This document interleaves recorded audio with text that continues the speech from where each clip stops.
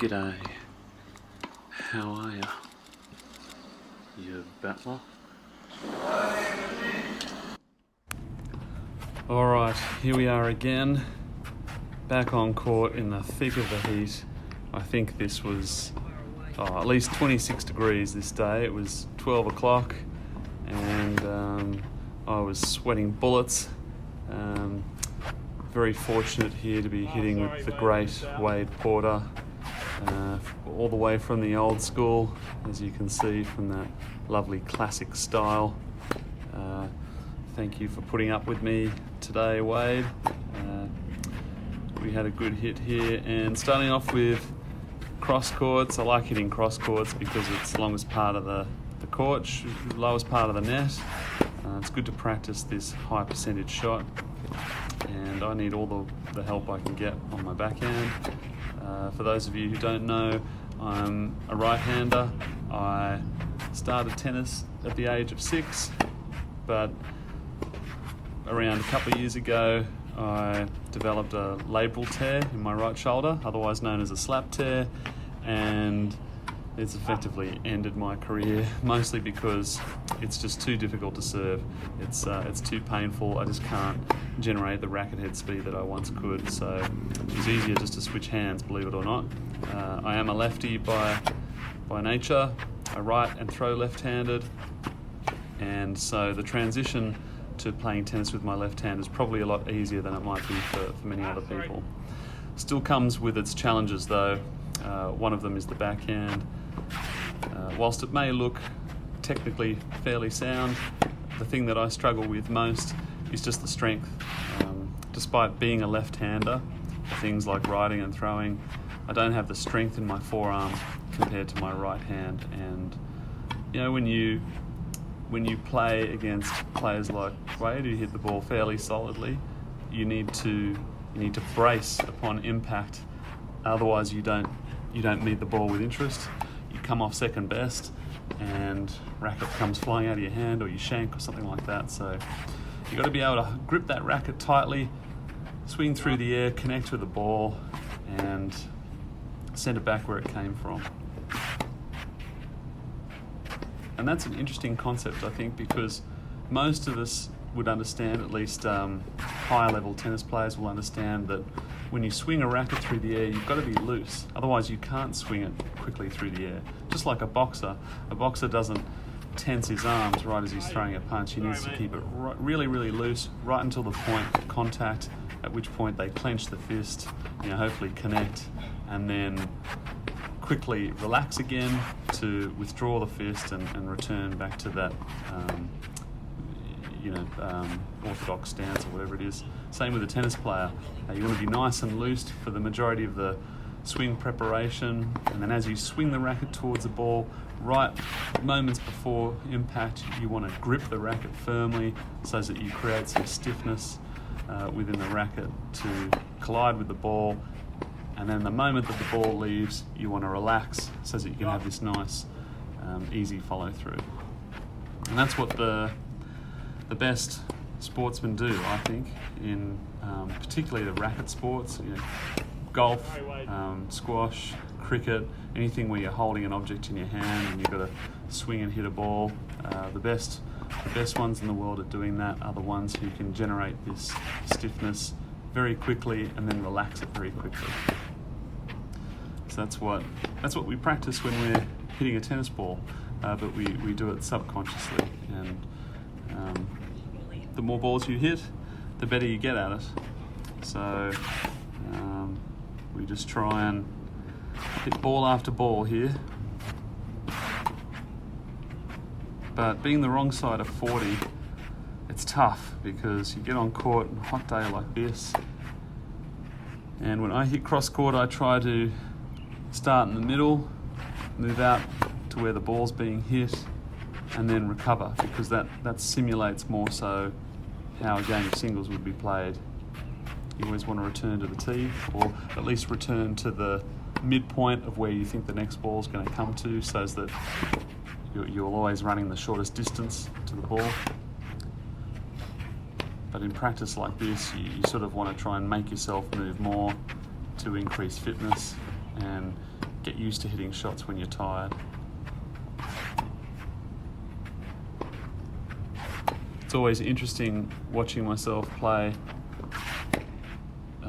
in the footage post-production, because when I'm hitting the ball, I think I'm moving at a rate of knots and feeling like my shots look really, really good. But yeah, then I watch myself and I look really slow.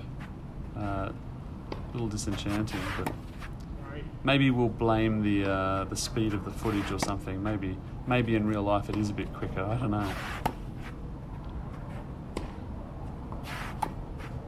So I'm using a Prince Phantom 14 by 18 string pattern. It's a pretty heavy racket actually. It weighs strung around 340 grams, and it's a bit of a challenge using this racket as a new lefty, because yeah, it's a heavy stick, and trying to generate racket head speed with this is tough. My forearm does start to ache after a while. I got this racket because I was using a Babolat Pure Drive, 100 square inches, about 330 strung by the time I had a grip on it and other stuff.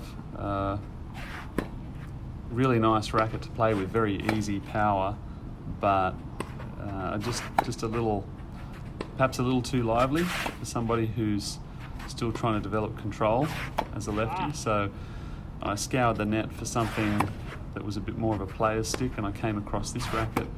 It's 93 square inches. There aren't very many rackets on the market now with a head size that small. Some months ago, I broke out my Pete Sampras racket, the 85 square inch Pro Staff 6.0, which is a great racket to swing through the air. I love it.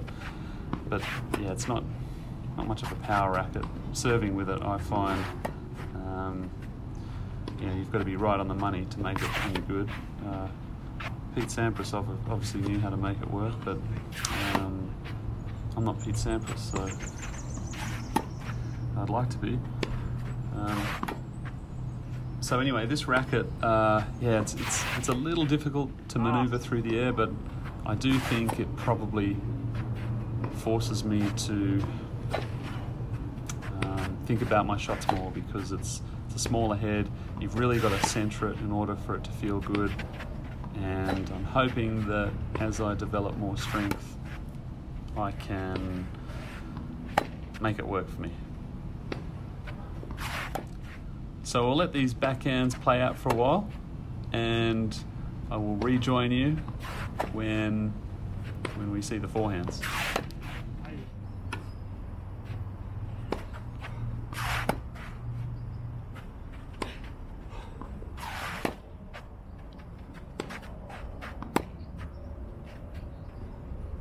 All right.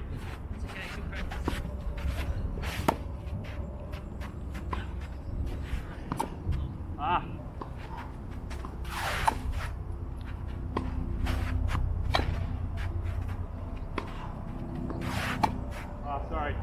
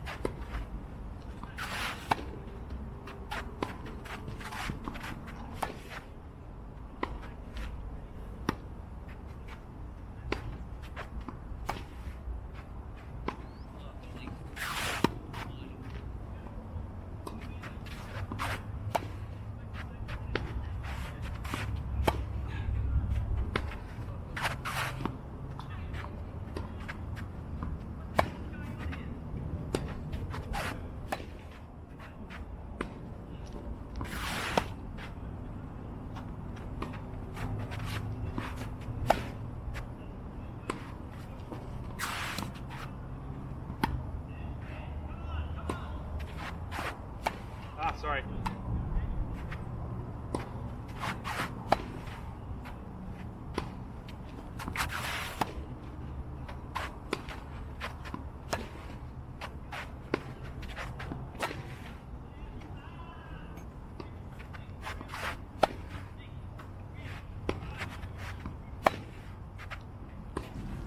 Okay, it's time for some forehands now.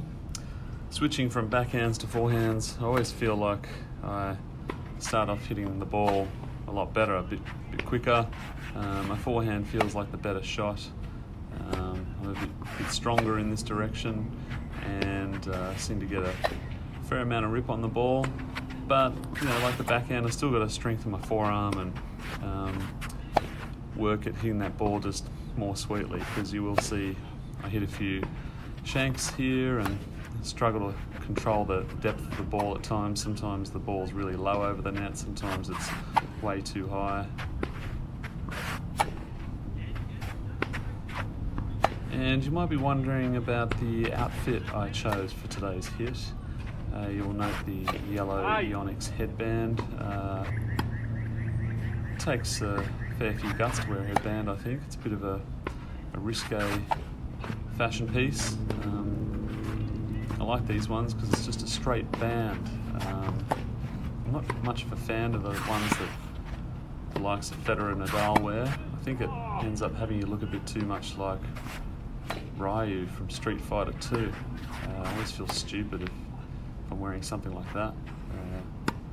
Remember the ones that Nalbandian used to wear? It just doesn't suit me. I'm not even sure that this headband suits me. I'm just wearing it to keep my hair out of my face. And it's a bit of a mix-up from wearing a hat. My shoes are Asics Gel, I don't know, speed court, clay court sole. They've got the herringbone pattern. This surface that we play on here in Australia, synthetic grass, is easily the worst surface to play on. It's rubbish, really.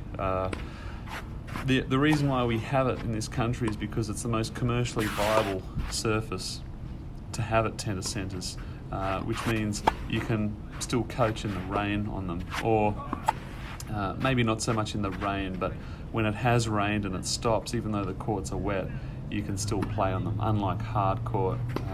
Clay, I have very little experience.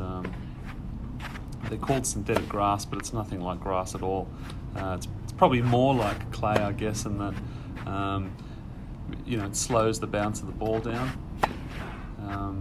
Grass, the ball doesn't bounce as high as this, and it skids through much more.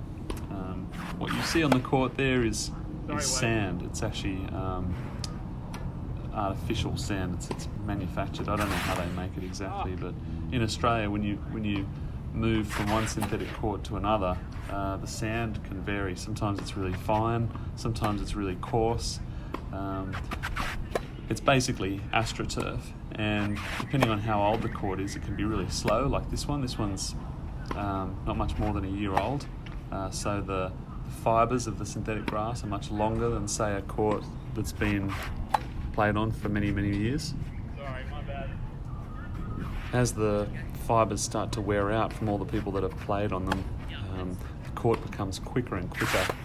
The courts, in a sense, become bald, and if you hit, say, like a really knifey slice backhand, the ball can barely bounce and it shoots through. And if the court has a bit of moisture on, like it's been raining, it's just, we call it a worm burner. The ball practically rolls along the ground. Anyway, the shoes that I wear with the herringbone pattern, the clay court shoes, they're the best shoes for this surface, I think. In fact, I used to wear Adidas How's That cricket spikes on this surface as I could have more grip. They're like a cricket shoe with little rubber studs on them, and that was pretty cool playing in those shoes. Actually, nobody really knew, but I don't do that anymore. I just use these shoes. My shorts are by Vissla. I got them in California in 2017. I travelled to Pasadena to attend a 3-day conference, and took a drive out to Manhattan Beach and went to one of the shops there, and these shorts are cool, but they're getting old, so probably need to replenish my supply of Vissla at home. As always, shirt by Lululemon. Highly recommend playing in Lululemon. This one, you'll see it highlights how much I'm sweating. Probably not a good look, actually. Should have thought more about that when I got changed that morning. But I guess the real question is, who cares? I'm just telling you because, well, I can. I quite like this angle, watching back me playing forehand side. Just a different perspective, you know. Some of these shots are a bit questionable, aren't they?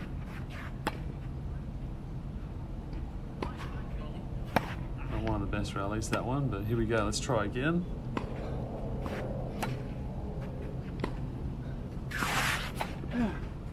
Pretty happy with those two shots.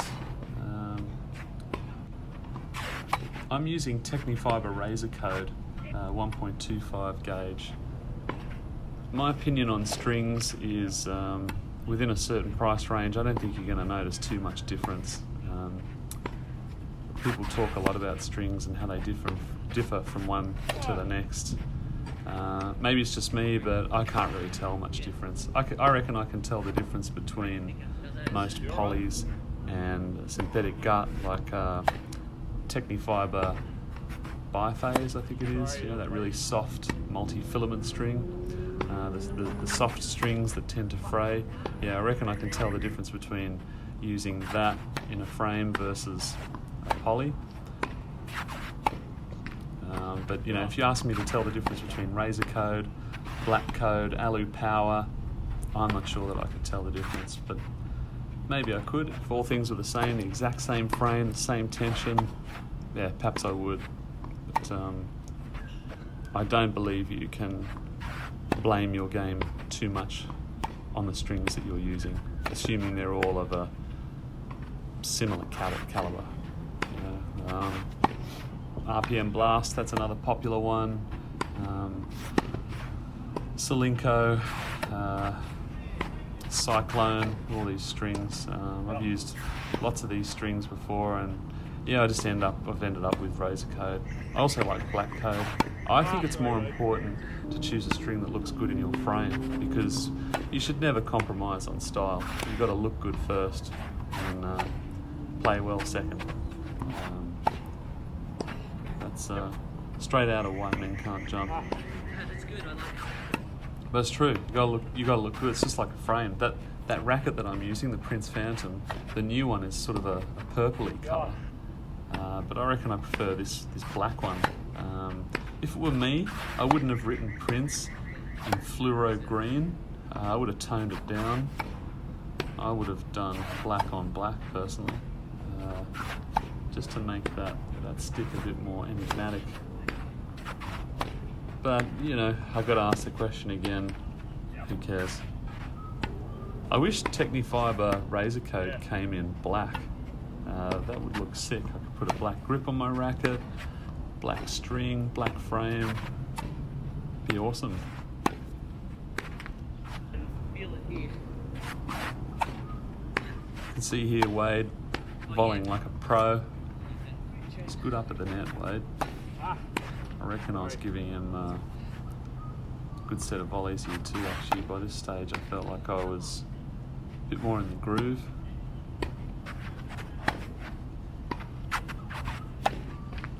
Trying to rip some of those balls down low at his feet every now and then, because he was saying how he needed a bit more practice on those shots. Yeah, like that one. Yeah, he's got pretty good hands, Wade. It's good hitting against him. Consistent.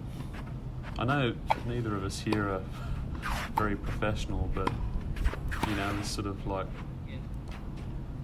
club players. Yeah, this is a really, really good hit. That was a lucky backhand, that.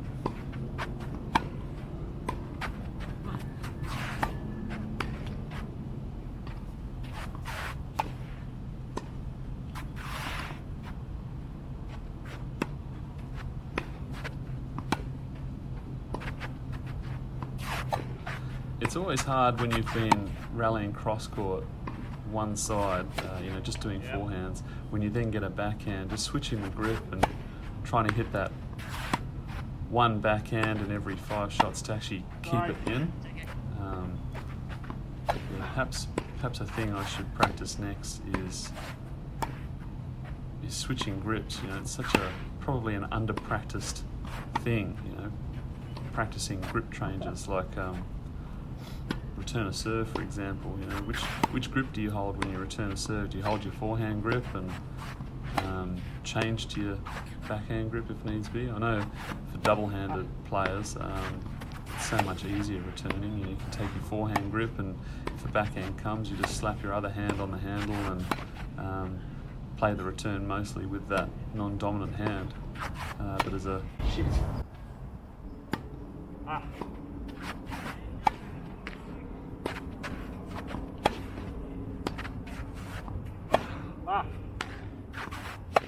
single-handed backhander, it's difficult. You've got to hold the racket with your non-dominant hand around the neck of the racket, and if it comes to your backhand, then switch, or depending on which grip you take.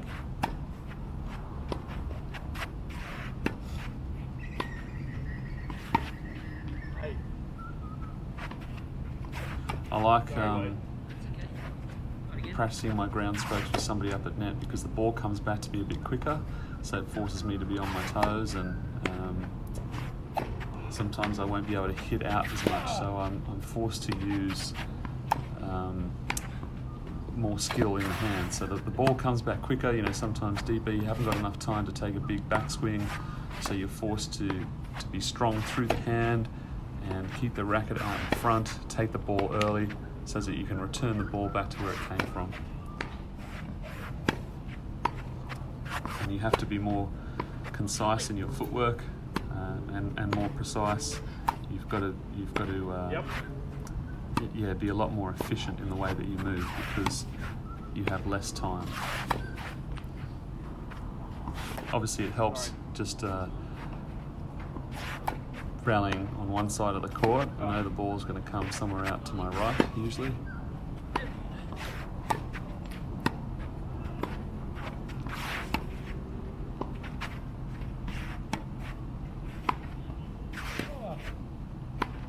Yeah, it's fun. It's fun hitting like this. It's really good for working on your control. So if you've come this far, gee, I congratulate you for watching, 20 minutes of me hitting. Please put some comments down below. I don't care how nasty they are. Make them as nasty as you want. Any sort of criticism, I'll take it on board. If it's constructive, hey, even better. But enjoy, and please subscribe to my channel. Subscribe to my channel.